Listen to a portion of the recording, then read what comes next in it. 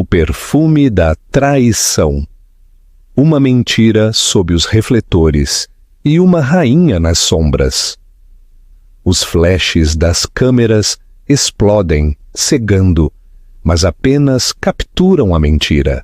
Vejam Antônio Lemos, o rei bilionário de São Paulo, o magnata da tecnologia e logística, e sua esposa perfeita, Helena, a imagem viva da graça serena.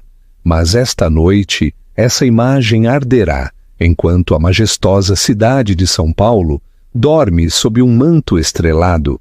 Antônio se esgueirará para encontrá-la, a mulher ambiciosa e inebriante que o espera em uma cobertura secreta. Ele acredita ter o controle, acredita possuir duas mulheres, uma para a fachada pública, outra para seu próprio prazer. O que ele não sabe é que, ao amanhecer, o rei será um peão, seu império se despedaçará, e a única coisa que o aguardará em casa será o princípio do fim. A gaiola dourada e o picor do tédio. Alguma vez você se sentiu preso em uma gaiola dourada? Aquela sensação de possuir tudo e, ao mesmo tempo, não ter nada. São Paulo, com sua energia vibrante e suas noites eternas, é o cenário perfeito para um drama assim. O salão de festas da Sala São Paulo, adornado para um gala beneficente, era um turbilhão sufocante, um perfume familiar e enjoativo de dinheiro antigo e ambição desmedida. Antônio Lemos, sua imagem multiplicada em 1000 taças de champanhe, sentia a familiar opressão no peito. Não era ansiedade, era tédio, um fastio profundo e esmagador que só um homem que tinha tudo podia apreciar verdadeiramente. Aos 52 anos ele era o mestre da Lemos Inovações, um titã da tecnologia e da logística, cujas palavras casuais podiam fazer os mercados dispararem ou despencarem. Seu terno, uma criação sob medida de um alfaiate na rua Oscar Freire, cujo nome ele havia esquecido. Parecia menos roupa e mais um disfarce, um sorriso, um gesto praticado e automático, enquanto um vereador da cidade lhe dava tapinhas nas costas com efusividade. Antônio, cavaleiro da prosperidade, a nova ala do museu é um testamento à sua generosidade. Antônio limitou-se a assentir. A nova ala era uma dedução fiscal, uma manobra de relações públicas sugerida por sua equipe. Ele nem sequer vira os projetos arquitetônicos. Seu olhar se desviou, fixando-se em sua esposa, Helena Lemos. Ela estava, como sempre, perfeita.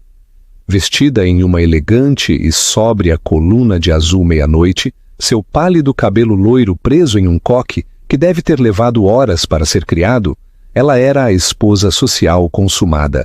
Discutia padrões de aves migratórias com a esposa de um senador, sua expressão de um interesse educado e atento. Ela era bonita da mesma forma que uma estátua de mármore é bonita, fria, impecável e absolutamente intocável. Eles não se tocavam de verdade há anos. Seu casamento era outra de suas posses, um ativo herdado que ele adquirira 25 anos atrás. Era estável, previsível e completamente desprovido de paixão. O tédio era uma coceira, e então ele viu a forma de coçá-la. Do outro lado da sala, parada perto da exibição do leilão silencioso, estava Isadora Rocha. Isadora era tudo o que Helena não era. Era fogo e caos, uma estrela em ascensão, no departamento de marketing de sua própria empresa. Ela tinha 28 anos. Seu vestido era de um carmesim escandaloso e brilhante que se agarrava a cada curva. Seu cabelo preto caía em uma cascata selvagem sobre um ombro. Ela não deveria estar ali. Este era um evento para a diretoria sênior e suas famílias. Mas Isadora tinha um talento especial para entrar em salas para as quais não era convidada. Seus olhos se encontraram. Foi um choque, um estalo físico. Os olhos escuros de Isadora sustentaram os dele, uma promessa silenciosa e ousada que ignorava o quarteto de cordas e as risadas educadas. Ela não sorriu, apenas olhou. Seu olhar percorreu o corpo dele, lento e avaliador, antes de voltar ao seu rosto. Um pequeno, quase imperceptível sorriso se desenhou em seus lábios vermelhos e carnudos. Ela sabia. Ele sabia. O picor se tornou um rugido. Antônio sentiu seu bolso vibrar. Uma mensagem de texto. Ele não precisava olhar. Era ela. Estou entediada e você. Ele navegou pela multidão, um tubarão se movendo em água morna, e interceptou sua esposa. Helena, querida. Ele beijou sua bochecha. Foi como beijar pergaminho. Temo que algo tenha surgido. O negócio de Singapura. Tenho que fazer uma ligação com Tóquio. Vai ser a noite toda. Receio. Os olhos azuis de Helena, claros e sem nuvens, encontraram os dele. Não houve um vislumbre de suspeita. Ou talvez, ele pensou com uma clareza súbita e arrepiante. Não havia nada além de suspeita, carregada por tanto tempo que havia se tornado parte dela. Claro, Antônio, você trabalha tanto. Digo a Gilmar para esperá-lo acordado. Gilmar era seu chofer. Não seja ridícula. Eu pego um carro, você fica. Aproveite o leilão. Compre aquela escultura horrível que você estava olhando. Ele deu um tapinha em seu braço, um gesto de posse, de desinteresse. É uma Tarsila do Amaral, Antônio, ela disse a voz monótona. Seja o que for, lance na fundação. Ele se virou, sem esperar por uma resposta. Sentiu os olhos dela em suas costas enquanto se afastava, uma sensação como água fria. Ele deu de ombros. Ele era Antônio Lemos. Ele tinha direito a isso. Ele merecia um pouco de vida em sua gaiola dourada. Ele empurrou as pesadas portas de bronze do museu. O ar fresco da noite paulistana o atingiu como uma libertação. Ele pegou seu telefone, seus dedos já digitando a mensagem para Isadora. Meu chofer, 10 minutos. Encontre-me na cobertura de Pinheiros. Ele não viu Isadora se esgueirar por uma entrada lateral. Ele não viu sua esposa, Helena, parada, perfeitamente imóvel perto da janela, observando o seu carro se afastar. Ela não parecia triste, não parecia zangada. Apenas observava, sua expressão tão calma e plácida quanto um lago congelado. Então, lentamente, ela pegou seu próprio telefone e fez uma ligação. Marcos, ela disse, ele está a caminho de vê-la. É a hora. Execute o plano. O monumento à hipocrisia. A cobertura de Pinheiros era o monumento de Antônio à sua própria hipocrisia. Não constava em nenhuma de suas listas de ativos oficiais. O contrato de aluguel estava em nome de uma empresa fantasma, que por sua vez era propriedade de outra empresa fantasma, uma intrincada teia de entidades legais projetada para ser impenetrável. Era elegante, moderno e estéril. Tudo vidro, cromo e couro preto, a antítese da vasta fazenda de Morumbi, cheia de antiguidades, que ele compartilhava com Helena. Era um lugar para transações, não para viver. Quando ele chegou, o elevador se abrindo diretamente na sala de estar, Isadora já estava lá. O vestido carmesim jazia no chão como uma gota de sangue. Ela usava uma de suas próprias camisas de seda, desabotoada o suficiente. E nada mais. Você demorou, ela murmurou, caminhando em direção a ele. Ela cheirava a perfume caro e a algo único de Isadora, um aroma acobreado e elétrico que sempre fazia seu pulso palpitar. A velha guarda, eles falam? Que falem! Ele rosnou tirando o paletó. Ele já estava esquecendo o salão de festas, esquecendo Helena. Ela passou os dedos pelo cabelo dele, um gesto terno e possessivo ao mesmo tempo. Eles são dinossauros. Você é um leão. Você deveria estar com uma leoa, não com uma peça de museu. Ele riu, um som áspero. É isso que eu sou? Um leão? Você, Antônio Lemos, ela sussurrou, seus lábios roçando sua orelha. Você pode ter o que quiser e você me quer. E assim era. Ele queria a ambição dela, que lhe parecia muito mais honesta do que a aceitação plácida de Helena. Ele queria o fogo dela, que o fazia se sentir jovem, poderoso, vivo. A noite se desenrolou em um previsível e inebriante borrão. Eles beberam uísque envelhecido, o tipo que ele mantinha para este mesmo propósito.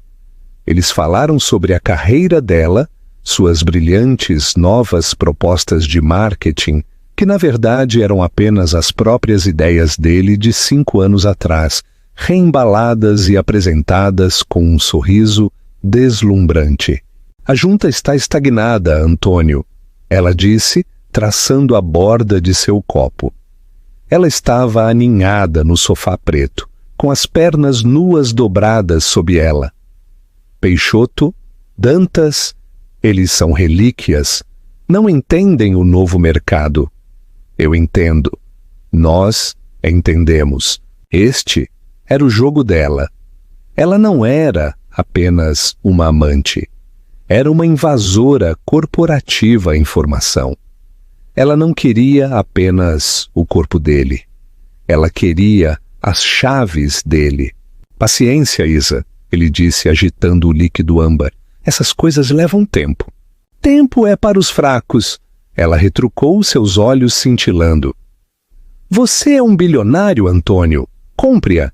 Dê a ela a casa fria e vazia e a fundação. Tire-a da sua vida, uma vida muito confortável, muito chata. Ela provavelmente ficaria aliviada. Ele considerou isso. Talvez ela estivesse certa. Talvez Helena ficasse feliz em ser afastada. A ideia era estranhamente atraente. Uma página em branco. Uma nova vida. Ele e Isadora, o novo casal poderoso. Algum dia ele se pegou pensando. Talvez algum dia. Você está pressionando demais, ele disse, largando o copo. Ah, é? Ela se desenrolou e deslizou para o colo dele. Foi um movimento praticado. Perfeito. Ou eu sou a única disposta a lhe dizer a verdade. Você está preso, Antônio, e eu sou a única com a chave. Ele a beijou então. Um beijo de posse, de silenciamento. Ele estava no controle. Ele era o leão. Ele estava pagando por esta cobertura, este uísque, esta camisa. Ele estava comprando o tempo dela, a ambição dela, o fogo dela. Era uma transação simples, limpa. Ele era um tolo. Ele não notou como os olhos dela, mesmo enquanto ela beijava de volta, eram frios e calculistas. Ele não sabia que suas brilhantes ideias de marketing eram apenas a isca. Ele não sabia que, durante os últimos 6 meses, ela vinha copiando cuidadosa e meticulosamente arquivos do servidor privado. Ela não era apenas ambiciosa, era uma sabotadora. Ela não estava tentando se juntar ao império dele. Ela estava construindo o dela, usando os recursos dele como fundação. E ele não percebeu por um segundo sequer que sua maior aliada, a pessoa que primeiro a havia guiado discretamente para os códigos de acesso do servidor de Antônio, era o mesmo homem que sua esposa acabara de ligar. Dr. Marcos Fontes, o advogado de Helena, tinha uma definição muito ampla de descoberta. Isadora Rocha, faminta por seu próprio pedaço do bolo, era seu ativo mais valioso e involuntário. Ela pensou que estava seduzindo um rei para se tornar rainha. Na verdade, ela era apenas a bufona, contratada pela velha rainha para distrair a corte, enquanto o castelo era tomado. O despertar no vazio. À medida que o amanhecer se aproximava, pintando o horizonte de São Paulo, em tons de roxo machucado e cinza, Antônio Lemos dormia o sono profundo e sem sonhos de um homem que acreditava, total e completamente, em sua própria invencibilidade. O sol, um olho aquoso e indiferente, mal começava a perfurar a névoa matinal quando Antônio acordou. Ele sentiu as pontadas familiares, uma dor surda atrás dos olhos por causa do uísque, uma cãibra no pescoço pelo travesseiro moderno e desconhecido e o gosto azedo do primo feio do arrependimento. A inconveniência. Ele odiava as manhãs seguintes, eram bagunçadas, e Antônio Lemos odiava a bagunça. Isadora dormia, seu cabelo escuro espalhado sobre os lençóis brancos como uma mancha de óleo. Ela parecia mais jovem, quase vulnerável. Era uma ilusão. Antônio sabia que a vulnerabilidade era uma arma, não um estado de ser, pelo menos não em seu mundo. Ele escorregou para fora da cama, seus movimentos precisos e silenciosos. Pegou suas roupas do chão, vestindo-se rapidamente. O homem no espelho foi um estranho por um momento. Desgrenhado, sua camisa de R$ 5.000 amassada. Parecia um homem que havia sido usado. Ele alisou o cabelo, abotoou os punhos e colocou de volta a máscara de Antônio Lemos. O titã. Ele não deixou um bilhete, não a beijou para se despedir. A transação estava completa. A viagem de volta para Morumbi era uma que ele fizera 100 vezes. Uma peregrinação sombria do pecado ao santuário. Seu chofer, um homem silencioso e estoico, chamado Jonas, mantinha os olhos fixos na estrada. O Bentley ronronou pela cidade que acordava, cruzando a linha do burburinho de São Paulo para o silêncio opulento e arrumado dos subúrbios. Normalmente, nessas viagens, Antônio sentiria uma sensação de satisfação complacente por ter conseguido gerenciar com sucesso suas duas vidas. Ele era o mestre de seu universo, dobrando-o à sua vontade, mas esta manhã algo estava errado. O ar no carro parecia estático. Jonas, que costumava oferecer um tranquilo "Bom dia, Sr. Lemos", não dissera nada. Ele simplesmente abrira a porta, seu rosto uma máscara de granito, ao virar para o longo caminho arborizado de sua fazenda. Antônio sentiu um nó de inquietação. Estava muito quieto. Normalmente, a esta hora, 7h07, os jardins estariam cheios de atividade, jardineiros cuidando das rosas antigas, das quais Helena se orgulhava tanto, a equipe da casa se preparando para o dia, a segurança fazendo suas rondas. Hoje não havia nada. O cascalho estalou sob os pneus, o som estranhamente alto no ar morto. A casa, uma formidável mansão georgiana que estava na família de Helena por um século, parecia adormecida ou abandonada. "Jonas, que diabos!" murmurou Antônio, enquanto o carro parava no grande pórtico. Jonas se virou, seus olhos finalmente encontrando os de Antônio no espelho retrovisor. Sua expressão era ilegível. "A senhora Lemos deu folga a toda a equipe por uma semana, senhor. Com efeito, desde ontem à noite." "Ela o quê? Por que eu não fui informado?" "Ela disse que o senhor estava ciente, senhor." "Para a limpeza de primavera", disse Jonas. A maneira como ele disse "limpeza de primavera" soou como um elogio fúnebre. Ela mesma acertou meu pagamento final junto com minha indenização. Um pacote muito generoso. O nó no estômago de Antônio se apertou em um punho frio e duro. "Indenização? Do que você está falando, Jonas?" "Você não vai se aposentar." Jonas saiu do carro, contornou-o e abriu a porta de Antônio. Ele ficou ali. Não mais um empregado, mas apenas um homem. "Tenha um bom dia, Sr. Lemos." Ele não esperou por uma gorjeta. Caminhou para um sedã pequeno e anônimo, estacionado perto da entrada de serviço. Ele entrou e foi embora.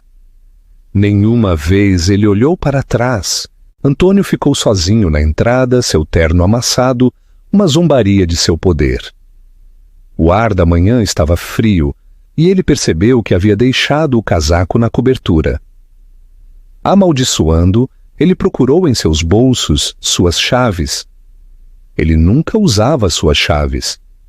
A porta sempre se abria para ele. Ele entrou no grande hall de entrada. O silêncio era absoluto. O ar estava frio. O aquecimento estava desligado. «Helena!» Ele gritou, sua voz ecoando na extensão de mármore. Nada. A casa parecia vazia. Ele entrou na grande sala de estar. Algo estava errado. As paredes estavam nuas. O Monet, os dois Rothko, a inestimável estátua de Degas, os projetos de paixão de Helena, a arte que ela curava com um cuidado meticuloso, haviam desaparecido. Restavam apenas espaços vazios e fios pendurados como cicatrizes. «Helena!» ele rugiu, um vislumbre de pânico real agora. Ele percorreu o andar térreo. A cozinha estava limpa, vazia. As despensas estavam nuas. Ele subiu correndo a grande escadaria, seu coração batendo contra as costelas. Ele invadiu sua suíte master. Vazia. Ele foi para o closet dela. Era uma caverna. Prateleiras e prateleiras de cabides vazios. Cada vestido, cada sapato, cada uma de suas famosas e elegantes bolsas. Ela havia sumido. Ele se virou, movendo-se para o lado dele da suíte. Seus armários estavam intactos, seus ternos, suas camisas, seus sapatos, tudo perfeitamente no lugar. Ela não levou nada dele, ela apenas levou a si mesma. Ele saiu do quarto, confuso.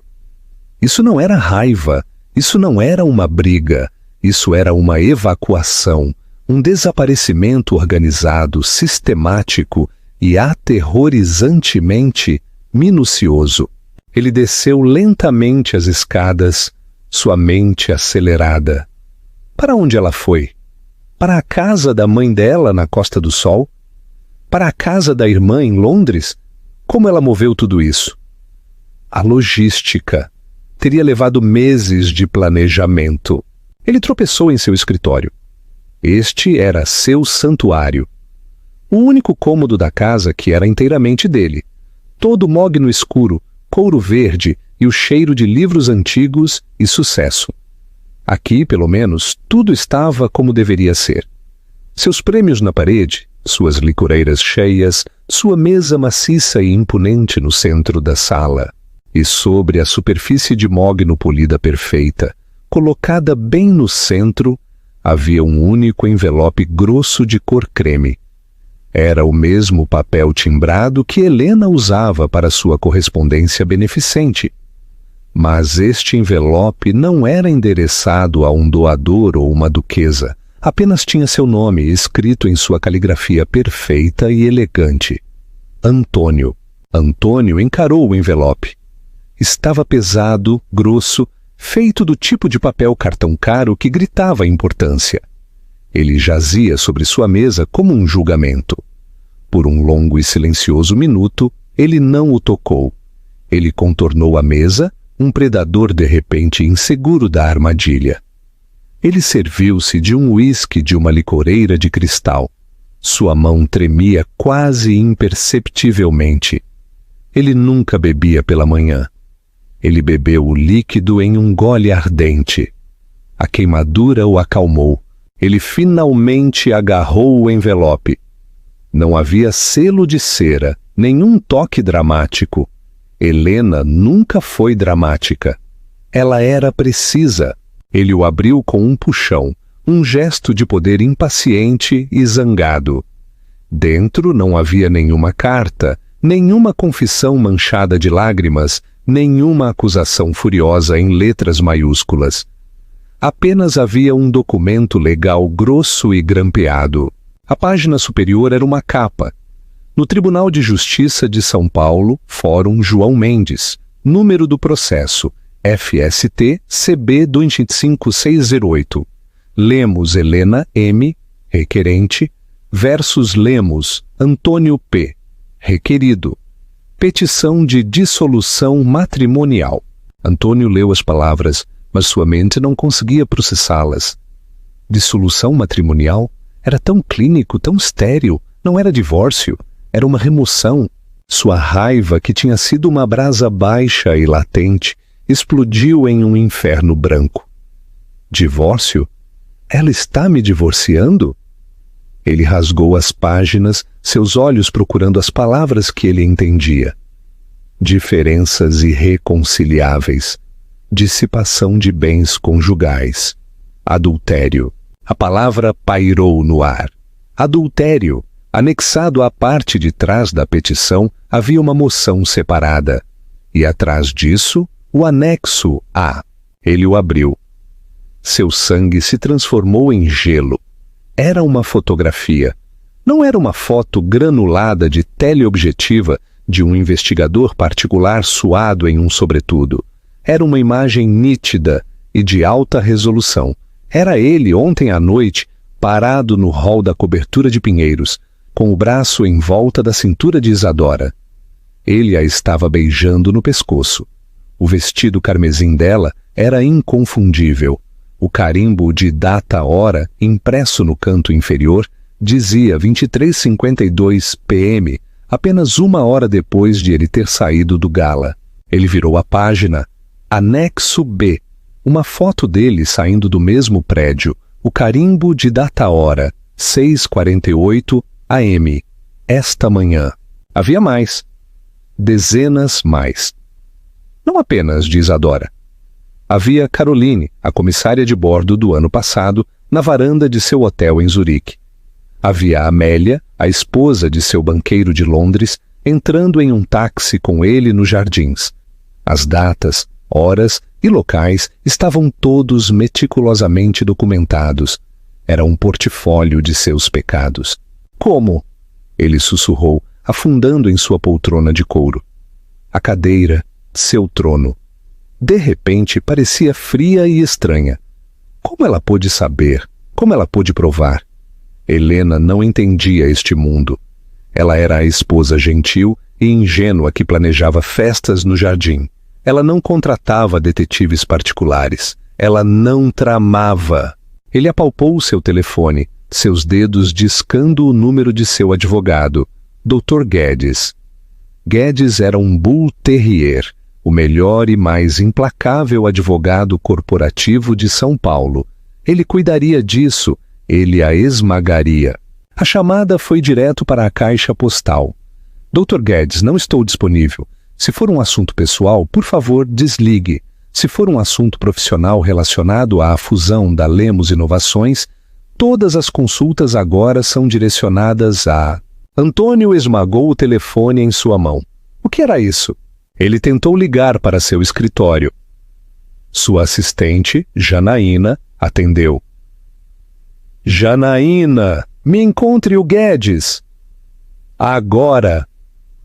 E descubra que diabos está acontecendo. Minha casa está vazia e minha esposa está... Oh, senhor Lemos!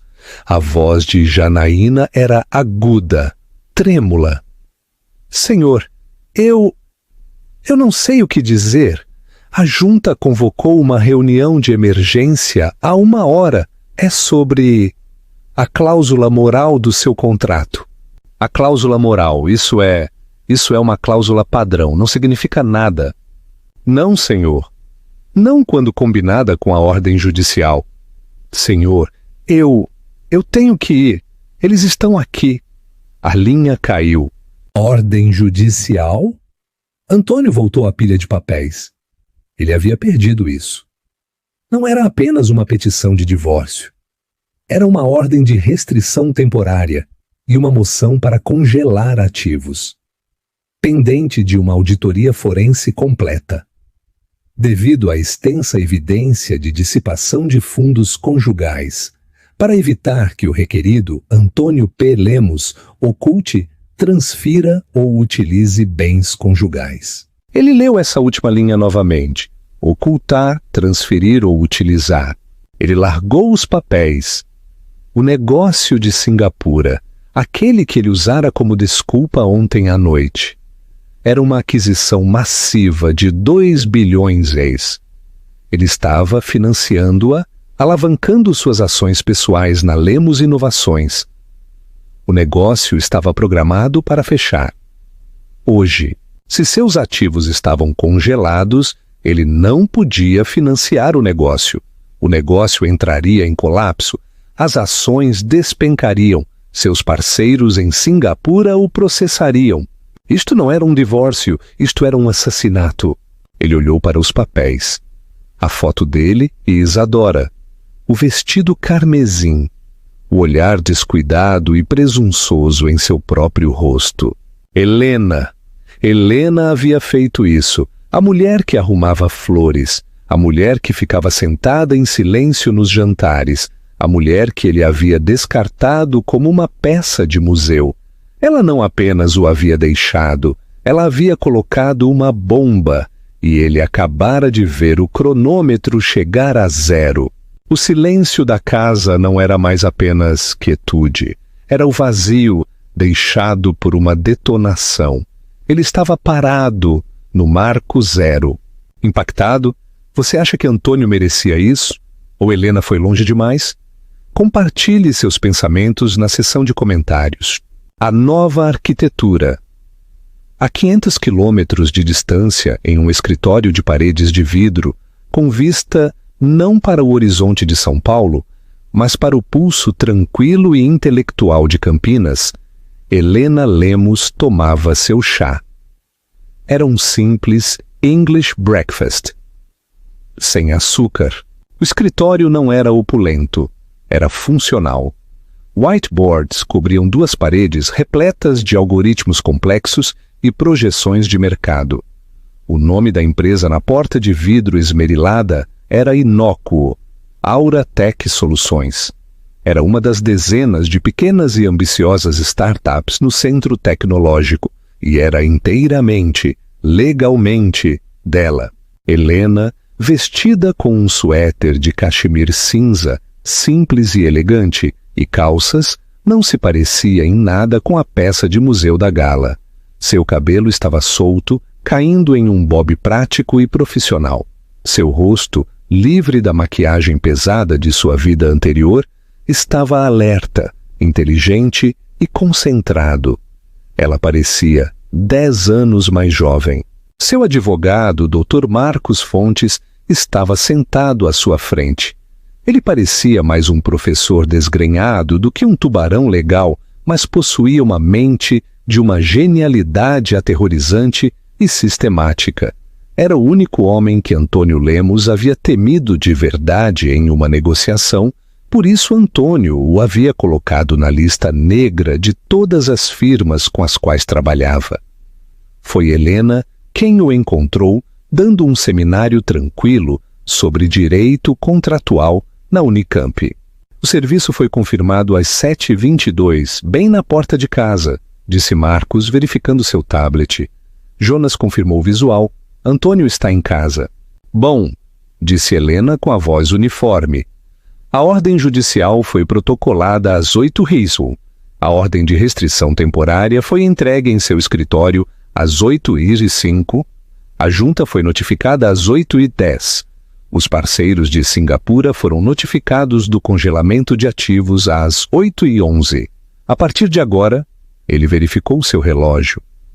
Antônio Lemos está financeiramente paralisado. Ele não pode acessar suas contas pessoais. Não pode mover suas ações. Ele nem pode usar seu Amex para comprar uma xícara de café. Helena tomou um gole lento de seu chá. E a senhorita Rocha? Marcos permitiu-se um pequeno sorriso seco. Ah, sim, o casus belli.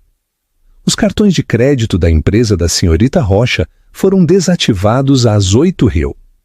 O contrato de aluguel da cobertura de Pinheiros, em nome daquela corporação fantasma ridícula, foi rescindido pelo proprietário, que, devo acrescentar, é um novo cliente da minha firma, por quebra de contrato.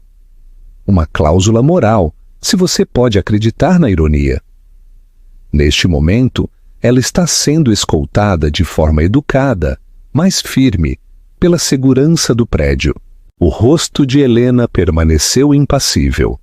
Ela não sentia pena, mas também não triunfo. Isadora havia sido uma ferramenta, nada mais, um componente previsível, ganancioso e necessário em uma máquina muito maior. Ela serviu ao seu propósito, afirmou Helena. Marcos recostou-se. Devo admitir, Helena, esta é a exfiltração mais cirúrgica que já vi na vida. 25 anos. Você está planejando isso? Não foi um plano, não no início. Foi uma revelação. Ela lhe disse. Tinha sido há 2 anos. Não outra mulher. Antônio sempre teve outras mulheres. Isso era apenas parte do custo de ser a senhora Lemos. Um custo que ela estava disposta a pagar pela estabilidade, pela fundação, pela anestesia. Não. O momento havia chegado durante um jantar com seu filho, Juliano. Juliano, o único filho deles, estava lutando, trabalhando em uma pequena startup sem fins lucrativos em Campinas. Tentando construir a Fênix Logística Social, ele pedira a Antônio um pequeno empréstimo ponte, R$ 50.000, não para comprar um carro, mas para pagar a folha de pagamento de seus 5 funcionários. Antônio havia rido. Havia rido na frente de toda a família, no jantar de Natal. Havia rido e o chamado de gastador de seu fundo fiduciário, um desperdício, um tolo sentimental, desperdiçando sua educação da FGV. Helena vira o rosto de seu filho desmoronar, vira a luz nos olhos dele se apagar.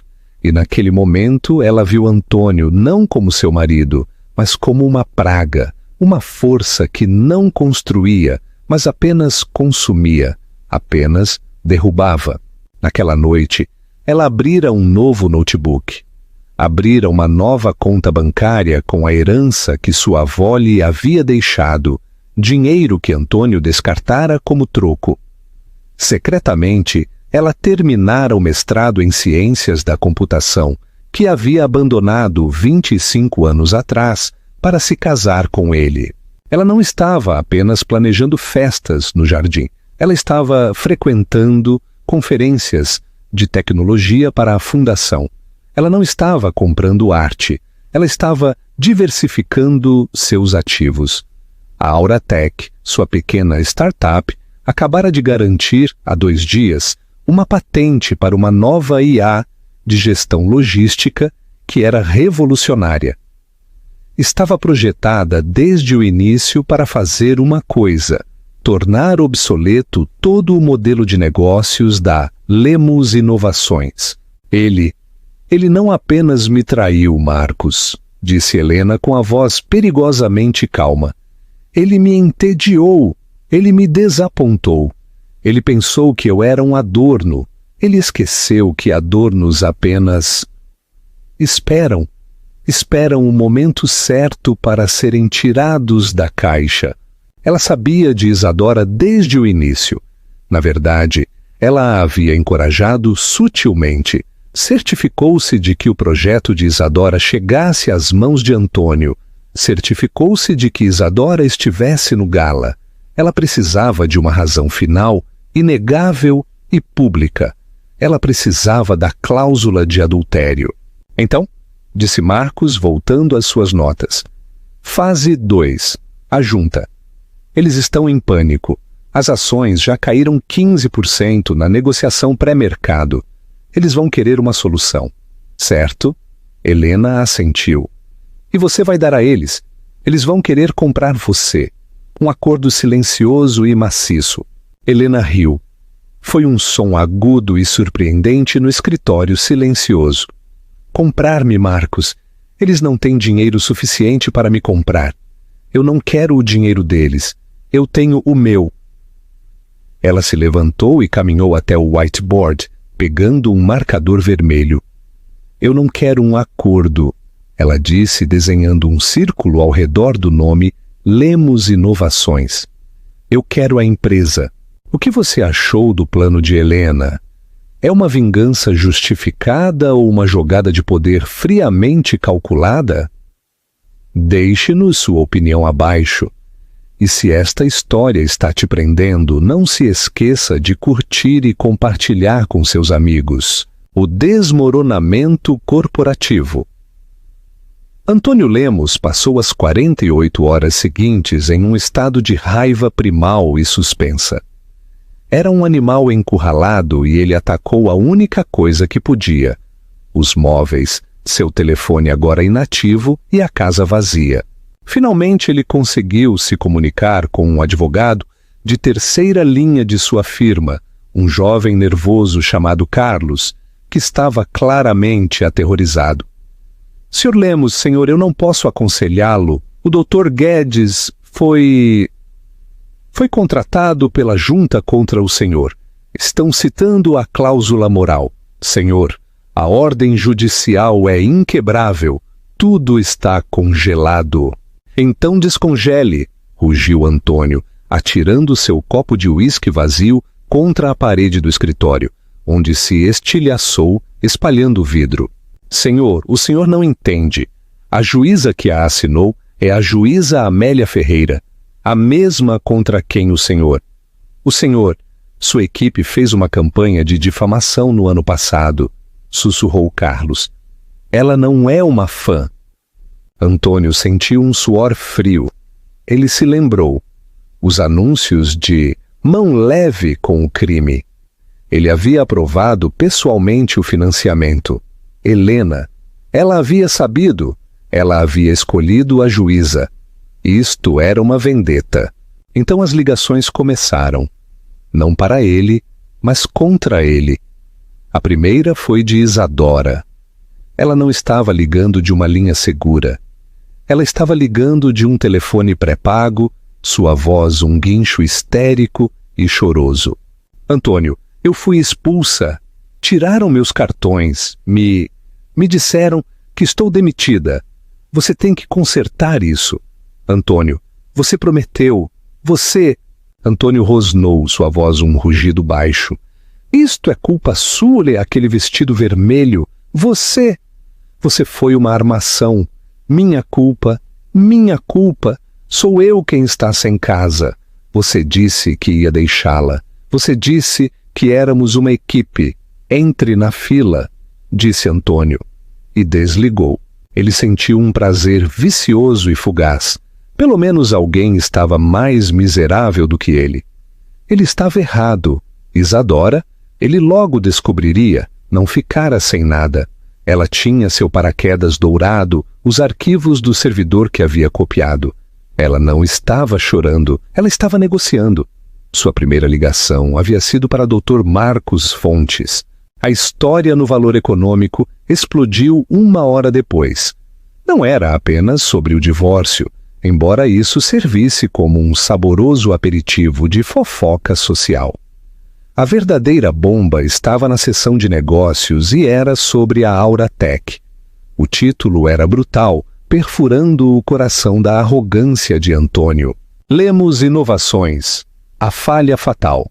A inteligência artificial da Auratec promete logística 40% mais barata, liderada por Helena Lemos. O artigo era uma obra-prima de destruição corporativa. Detalhava com precisão cirúrgica cada fraqueza no modelo de negócios de Antônio, sua dependência de infraestrutura obsoleta, seus salários executivos inflacionados, sua negação em inovar. E então apresentava a solução. A Auratec incluía citações, não de Helena, mas de 2 de seus principais clientes com quem Antônio jantara no mês passado, que anunciaram que estavam rescindindo seus contratos com a Lemos e assinando novos acordos com a Auratec, com efeito imediato. As ações, que já estavam sangrando na negociação pré-mercado, agora sofreram uma hemorragia. Caíram 30%, depois 40%, depois 50%. A junta diretiva não apenas ligou, eles se reuniram, uma sessão de emergência via Zoom. Antônio, discando de seu escritório frio e escuro, encontrou uma parede de rostos furiosos e aterrorizados. «Antônio, o que é isso?» exigiu o Dr. Peixoto, o membro da junta que Isabela havia querido demitir. «Quem é esta mulher? Esta Aura Tech?» «É minha esposa», disse Antônio, as palavras com gosto de cinza. «Não é nada, é um projeto de vaidade, um hobby.» «Um hobby?» guinchou outro membro da junta. «O hobby dela acaba de nos custar 4 bilhões de dólares em capitalização de mercado. O negócio de Singapura está morto. Nossos credores estão exigindo nossas notas. Estamos enfrentando uma crise de liquidez.» «Eu vou consertar», gritou Antônio. Eu vou entrar com uma reconvenção. Eu! Você não fará nada!» Uma nova voz interrompeu. A voz era calma, ponderada e familiar. Dr. Marcos Fontes. «Cavalheiros, perdoem a intrusão. Meu nome é Dr. Marcos Fontes e represento o interesse majoritário neste assunto.» «O quê? Você representa a Helena?» cuspiu Antônio. «Não, Antônio. Eu represento a Aura Tech. E a partir das 9 da manhã de hoje, a Aura Tech adquiriu, ele saboreou a palavra, a dívida pendente de seus parceiros de Singapura. Eles estavam em apuros. Nós não. Também adquirimos as participações de vários de seus investidores institucionais mais ágeis que viram o futuro. A partir de 10 minutos atrás, minha cliente, a Aura Tech, é a acionista individual mais importante da Lemos Inovações. O silêncio na chamada foi absoluto. Antônio sentiu o sangue escoar de seu rosto. «Você não pode», ele sussurrou. «Sim, podemos», disse Marcos. «Isto não é um divórcio, Antônio. É uma aquisição hostil. E o senhor, temo, é o único passivo restante a ser mitigado. A junta já votou. O senhor está, a partir deste segundo, destituído como CEO e presidente da Lemos Inovações por justa causa. A segurança está a caminho de seu escritório para recolher a propriedade da empresa. Não se preocupe, Antônio», acrescentou Fontes, um brilho de gelo em sua voz. «Helena garantiu que o senhor não ficasse sem nada. O senhor fica com a casa, ambas, e a fundação, sabe, para sua limpeza de primavera.» A ligação terminou. Antônio ficou olhando para seu próprio reflexo pálido e horrorizado na tela escura. O império que ele construíra, do qual ele se gabara, aquele que ele havia alavancado para alimentar seus apetites, havia sumido, e a mulher que ele ignorara por 25 anos era agora, literalmente, sua chefe. «Você achava que o plano de Helena era apenas sobre dinheiro? A verdadeira vingança corporativa tem um sabor muito mais amargo do que uma simples transferência bancária, não é? Se você está impressionado com esta reviravolta, deixe um emoji de para a rainha Helena nos comentários.» O fim do jogo, 6 meses depois. O mausoléu de Morumbi. O encontro final não ocorreu em um tribunal. Ocorreu na principal sala de reuniões da Torre Lemos Inovações, uma sala que antes fora o templo pessoal de Antônio. Já se passaram 6 meses desde a detonação. Os 6 meses haviam sido esclarecedores, a imprensa havia sido brutal. Isadora, em uma entrevista reveladora, pela qual foi paga uma quantia considerável e não revelada, o pintara como um monstro manipulador, enquanto, simultaneamente, se apresentava como uma protegida brilhante e traída. Ela agora era a diretora da Vance Media, uma firma de consultoria financiada, Antônio suspeitava, por seu acordo com Fontes. Antônio era um pária. Seus amigos, seus aliados, os bajuladores que lotavam suas festas, todos desapareceram. Ele ficou na mansão de Morumbi, que não era mais um lar, mas um mausoléu. O pessoal se foi, a arte se foi, a vida se foi. Ele teve que aprender a usar a cafeteira. Ele foi forçado a vender seu jato, seus carros, sua coleção de relógios, tudo para pagar os honorários legais e impostos sobre a miséria de ações que Helena lhe permitira manter. Ele não era mais um bilionário. Era, para seus padrões, um mendigo, um simples milionário preso em uma casa que não podia se dar ao luxo de aquecer. Hoje era a assinatura final, os documentos que formalizariam a fusão da Auratech e Lemos Inovações, instalando Helena como a CEO indiscutível da nova entidade combinada. Ele foi conduzido à sala de reuniões por um segurança que não reconheceu. A sala estava cheia. A antiga junta, a junta dele, estava lá, parecendo envergonhada e aliviada. Eles eram sobreviventes. E na cabeceira da mesa, na grande cadeira de couro que ele encomendara, estava Helena. Não era a mulher da gala, não era a esposa da mansão. Ela estava radiante, vestida com um tailleur elegantemente cortado, cor safira, seu cabelo curto e estiloso. Ela estava rindo de algo que Marcos Fontes dissera. Ela parecia vibrante, poderosa e feliz. Quando o viu, sua risada não falhou, seu sorriso não sumiu. Ela apenas assentiu, um gesto de reconhecimento educado, como se ele fosse um associado júnior trazendo café. Antônio, obrigado por vir. Por favor, sente-se.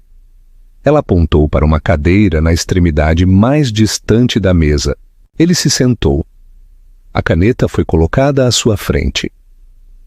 Esta é a transferência final, em termos de negócios, disse Marcos. O senhor renunciará ao seu último assento restante, cederá seus direitos de voto e assinará um acordo exaustivo de não concorrência e não divulgação de 5 anos. Um acordo de não concorrência? A voz de Antônio era um grasnido enferrujado. Com o que eu vou competir? Eu não tenho nada. É uma formalidade, disse Helena, sua voz suave e forte. Era a voz de uma CEO. Estamos protegendo a marca, minha marca. Ele olhou para ela. Realmente olhou para ela. Pela primeira vez em uma década, a mulher tranquila e elegante com quem ele se casara havia sumido. Em seu lugar estava isto, esta imperatriz, esta arquiteta. Por quê? Ele sussurrou, a única pergunta que o atormentava. Por que tudo isso? Por que não apenas pegar metade e ir embora? Helena se inclinou para a frente. Toda a sala se esforçou para ouvir. Por que, Antônio? Você nunca entendeu. Nunca foi sobre o dinheiro. Eu tinha dinheiro. Foi sobre o desperdício. Você desperdiçou tudo. Você desperdiçou seu talento. Você desperdiçou seu potencial. Você desperdiçou meu tempo. Ela empurrou os papéis em direção a ele. Você construiu um império sobre uma base trêmula e egoísta. Eu estou apenas reformando. E o primeiro passo? Ela lhe dedicou um pequeno sorriso de pena. É tirar o lixo. Sua mão tremeu. Ele pensou em seu orgulho, pensou em lutar, mas ele estava tão cansado, e ele estava, pela primeira vez em sua vida, derrotado, total e completamente. Ele pegou a caneta e assinou seu nome. A última vez que Antônio Lemos significaria algo naquela sala.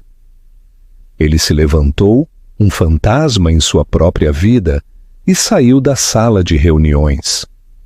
Ninguém se despediu. Enquanto esperava o elevador, ele ouviu um som que ele não ouvia há anos.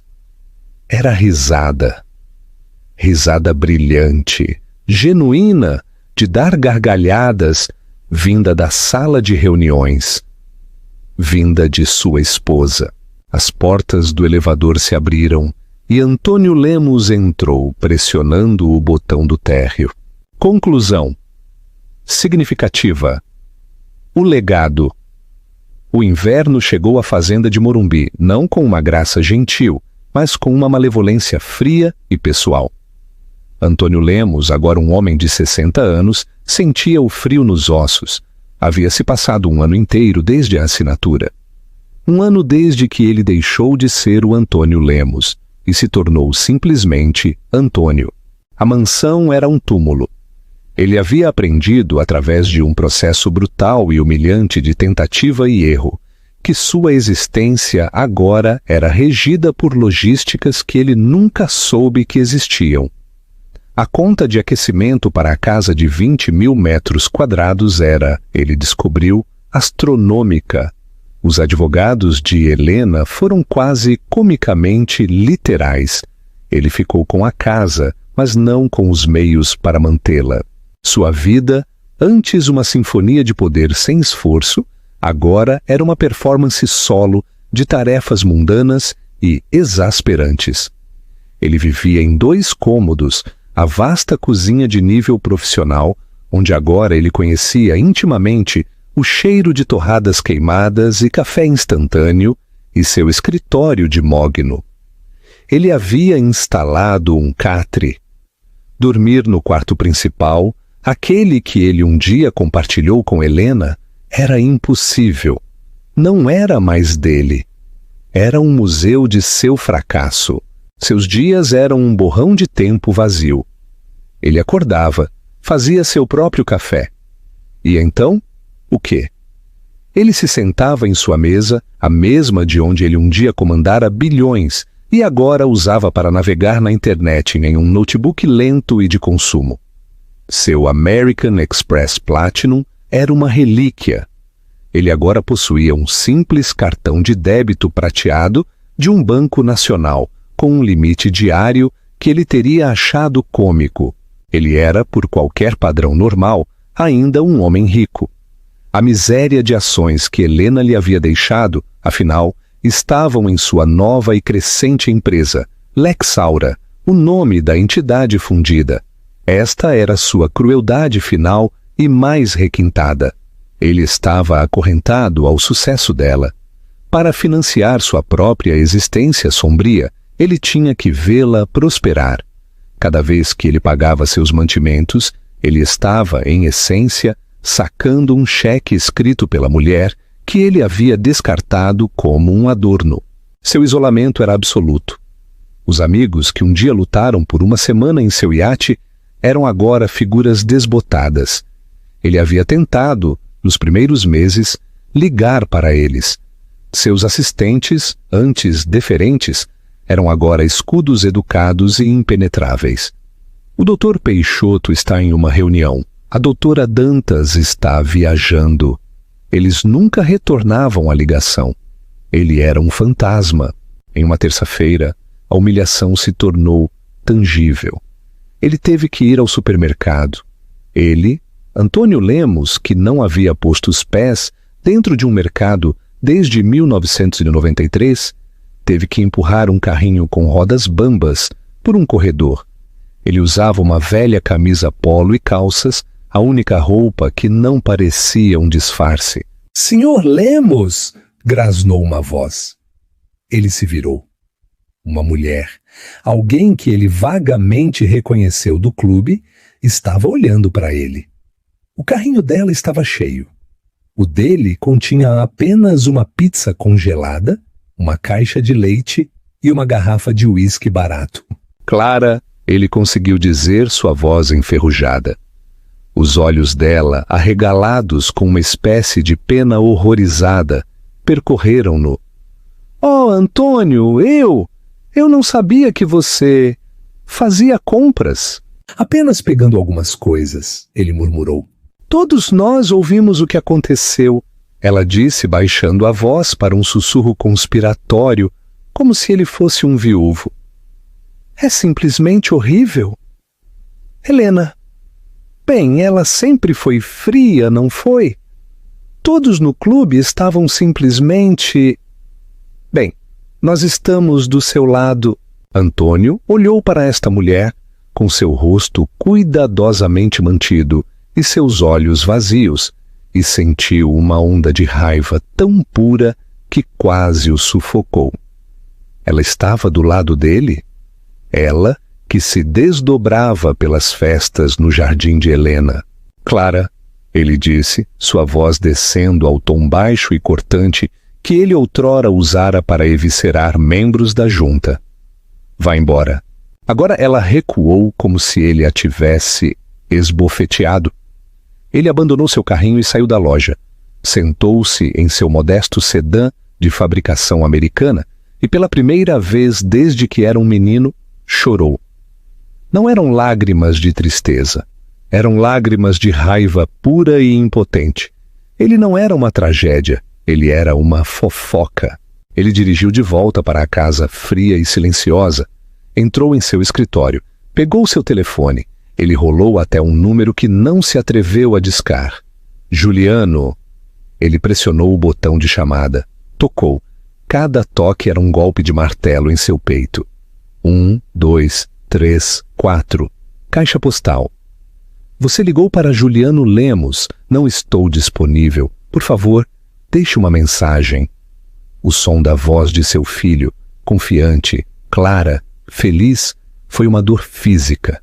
Antônio agarrou o telefone. Juliano, ele começou. Sua voz estava irreconhecível. Um grasnido seco.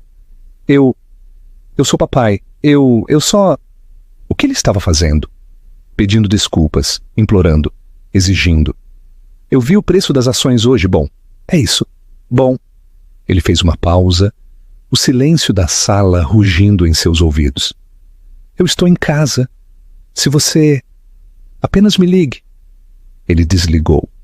Ele soube, com uma certeza, que se instalou em seu estômago como um bloco de gelo, que seu filho nunca ligaria de volta. Longe do silêncio gótico de Morumbi, a sede da Lexaura em Campinas era uma catedral de luz, vidro e ruído. Helena Lemos estava parada diante de um whiteboard do chão ao teto, marcador na mão, imersa em um debate com uma mulher 30 anos mais jovem que usava uma camiseta que dizia "Dados são minha linguagem de amor". Não, Shanti, você está olhando para o atraso de dados, disse Helena, desenhando um diagrama frenético e brilhante. O sistema legado não consegue processar o modelo preditivo antes que a remessa saia do porto. Mas se integrarmos a IA da Aura no ponto de origem, nós reduziremos o tempo de processamento em 70%. Meu Deus, você está certa! Helena sorriu, jogando o marcador na bandeja. Ótimo! Implemente! Eu quero o beta funcionando no corredor Santos Campinas até sexta-feira. Ela estava viva. Cada célula de seu corpo, cada neurônio, estava disparando de uma forma que nunca antes o fizera. Ela não era apenas uma CEO, ela era uma engenheira, uma arquiteta, uma construtora. Ela não apenas tomara a empresa de Antônio, ela a salvara de sua negligência, transformara-a de um dinossauro desajeitado em um predador elegante e terrivelmente eficiente. Dr. Marcos Fontes entrou em seu escritório, que não era uma caixa de mogno, mas um espaço de paredes de vidro no centro do andar. Juliano está aqui, ele disse, sorrindo. O rosto de Helena se iluminou, um brilho genuíno e indefeso que a transformou. Deixe-o entrar. Juliano Lemos não era o garoto quebrado do jantar de Natal. Ele era um homem. Ele dirigia a Fundação Lexaura, que não era mais um refúgio fiscal de uma esposa social, mas uma poderosa organização sem fins lucrativos, impulsionada por dados, que estava construindo logística sustentável para nações em desenvolvimento. Mamãe, ele disse, beijando-a na bochecha, você vai se atrasar, o gala de mulheres na tecnologia. Eu sei, ela disse, pegando sua pasta. Eu simplesmente odeio essas coisas. Você odeia ou odeia vestir o vestido? Ele brincou. Ambos, ela admitiu. Parece frívolo. Não é frívolo, disse Juliano, sua voz ficando séria. É importante. Eles precisam ver você. O que você fez? Helena fez uma pausa. O que eu fiz? Ele ligou, sabe? Disse Juliano em voz baixa. Helena parou de mexer em seus papéis, olhou para o filho. Quando? Ontem. Ele parecia terrível. Helena olhou pela janela para a cidade. Uma cidade que ela estava ajudando a construir. Uma cidade que era dela. Ela sentiu uma pontada, não de pena, não de arrependimento. Era um eco, o membro fantasma de uma vida que ela havia amputado. Ele é pequeno, Juliano, ela disse, sua voz suave, mas firme. Sempre foi. Nós apenas vivemos em sua sombra por tanto tempo que pensamos que ele era o sol. Foi nosso erro, não o dele. Você vai falar com ele alguma vez? Helena se virou e colocou a mão no rosto do filho. Não me resta nada para dizer a ele. Ele é parte do meu passado, Juliano. Você, ela disse, a voz embargada pela emoção. Você é meu futuro. Você é o propósito. Nunca se esqueça disso. Ela pegou sua bolsa. Agora vamos. Se eu tenho que ir a esta coisa, você também tem. Eu preciso do meu acompanhante mais bonito no meu braço. Enquanto eles saíam, um executivo júnior correu. Mãe, o valor econômico está na linha 1. Estão relatando que Isadora Rocha, você sabe, a Vance Media, acaba de pedir falência do capítulo 11. Helena parou. Isadora quem? Ela perguntou sem um traço de ironia. Vance Media? A de RP? Ah, não importa, disse o executivo nervoso. Exatamente. E assim, o rei foi posto em xeque-mate. Antônio Lemos, um homem que pensou que era dono do mundo, aprendeu que era apenas um convidado em uma casa que sua esposa havia construído e que sua esposa acabara de executar a hipoteca. Ele não apenas perdeu sua amante. Ele perdeu seu orgulho, seu poder e todo o seu império. Tudo porque subestimou a única pessoa que ele prometeu honrar. Esta história é um lembrete brutal. A pessoa mais quieta na sala é frequentemente a mais perigosa. E não há fúria como a de uma mulher que foi entediada. Reflexão final e chamada à ação. O que você acha, caro leitor? Helena foi uma heroína ou sua vingança foi fria demais? Antônio foi vítima de sua própria cegueira ou de traição planejada? Deixe-me saber seus pensamentos nos comentários abaixo. Se você gostou desta história de drama corporativo, traição em São Paulo e reviravoltas chocantes da vida real, clique no botão curtir. Seu apoio nos ajuda a continuar contando estas histórias. Compartilhe isto com alguém que precise ver que subestimar seu parceiro é o erro mais caro que você pode cometer.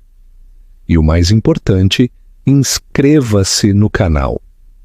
Você não vai querer perder nossa próxima história de ambição, vingança e as surpresas mais chocantes do mundo dos negócios.